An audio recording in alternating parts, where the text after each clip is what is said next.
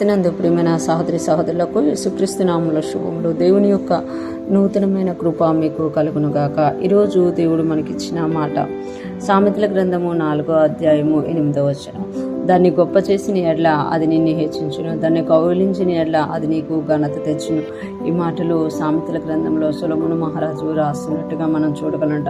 దాన్ని గొప్ప చేసిన ఎడ్ల అది నిన్ను హెచ్చించును. దానిని అంటే దేనిని అనేది మనకు తెలియాలి అని అంటే మనము 7వ వచనం చదవాలి. సామెతల గ్రంథం 4వ అధ్యాయం 7వ వచనం. జ్ఞానం సంపాదించుకుంటే జ్ఞానమునకు ముఖ్యాంశము, నీ సంపాదన అంతయు ఇచ్చి బుద్ధి సంపాదించుకొనుము. జ్ఞానము సంపాదించుకుంటే జ్ఞానమునకు ముఖ్యాంశము, నీ సంపాదన అంతయు ఇచ్చి బుద్ధి సంపాదించుకొనుము అని చెప్తున్నారు. అంటే జ్ఞానమును ఎప్పుడైతే మనం సంపాదించుకుంటామో, బుద్ధిని ఎప్పుడైతే సంపాదించుకుంటామో దానిని గొప్ప చేసిన ఎట్లా అంటే జ్ఞానమును సంపాదించుకోవడమే కాకుండా దాన్ని గొప్ప చేయాలంట. చూడండి, చాలామంది ధనమును సంపాదిస్తారు, ఇంకా దాన్ని గొప్ప చేస్తూ ఉంటారు, ఇంకా దాన్ని కూడబెడుతూ ఉంటారు. చాలామంది విద్యను సంపాదిస్తూ ఉంటారు, ఆ విద్యను ఇంకా కూడబెడుతూ ఉంటారు, గొప్ప చేస్తూ ఉంటారు. అలాగా జ్ఞానమును సంపాదించుకోవాలంట. జ్ఞానమును సంపాదించుకోవడమే కాకుండా దాన్ని గొప్ప చేసిన ఎట్లా అది నిన్ను హెచ్చించును. అంటే దాన్ని ఎక్కువగా చేసిన దాన్ని నువ్వు నీ జ్ఞానమును నువ్వు వాడుకోవడం వల్ల, దాన్ని ప్రమోట్ చేసుకోవడం వల్ల, దానివల్ల నీకు అనేది హెచ్చింపు కలుగుతుంది.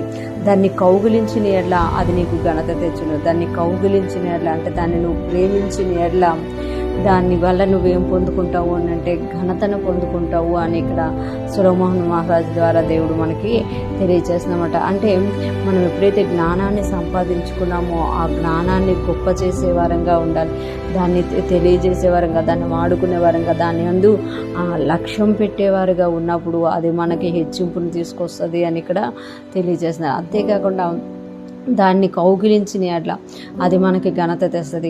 చాలాసార్లు సొలొమోను మహారాజు జ్ఞానమును గురించి రాస్తారు, కానీ ఈ జ్ఞానము యేసయ్యే అయి ఉన్నారు అని కూడా ఈ సామెతల గ్రంథం ద్వారా దేవుడు మనకి తెలియజేస్తామట. నా ప్రజలు జ్ఞానం లేకే నశించిపోతున్నారు. మనం ఎప్పుడైతే యేసయ్యని కలిగి ఉంటామో మనం జీవించే వారంగా, అనేక మందిని జీవింపచేసే ఉంటామన్నమాట. మన జీవితాల్లో మనము దేవుణ్ణి ప్రేమించినప్పుడు, దేవుని గొప్ప చేసినప్పుడు మనము హెచ్చింపు కలుగుతుంది మనకి.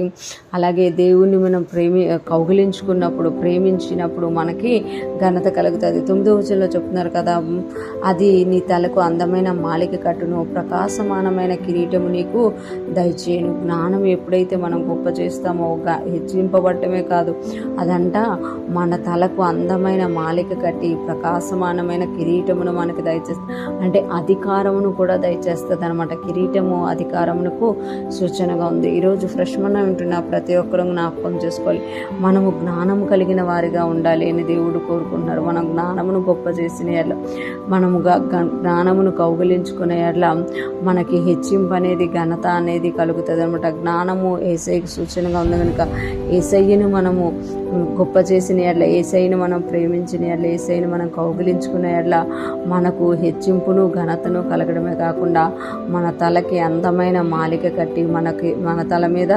ప్రకాశమానమైన కిరీటము పెట్టబడుతుంది అనమాట. ఈరోజు ఫ్రెష్ మన్నా వింటున్న ప్రతి ఒక్కరూ కూడా జ్ఞానమును కలిగి ముందుకు సాగిపోతాం గాక. యేసయ్యను హత్తుకుంటూ మన జీవితాల్లో దేవుడు ఉంచిన హెచ్చింపును ఘనతను పొందుకొని అనేక మందికి ఆశీర్వాదకరంగాను దేవునికి మహిమకరంగాను జీవించుదుము గాక.